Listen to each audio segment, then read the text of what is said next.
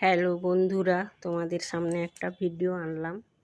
এই অ্যাডেনিয়াম গাছটাকে আমি একদম কেটে ছেটে একদম নেড়া করে দিয়েছিলাম, শুধু কাণ্ডটা ছিল। তারপরে 1 মাস আগে করেছিলাম, দেখো কীরকম ডালপালা বেরিয়ে গেছে। এর যে ডালগুলো কেটে দিয়েছিলাম সেগুলো আবার বালিতে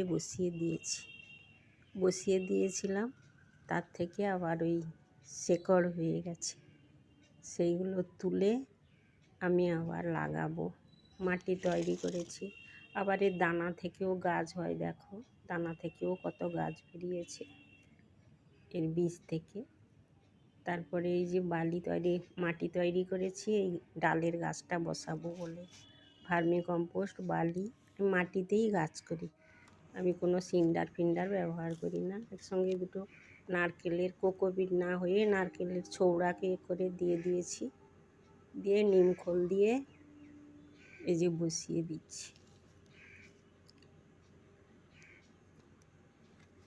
তারপর কি হয় দেখি, ধরে যাবে। বর্ষাকাল তো, এই সময় গাছ লাগানোর সময়।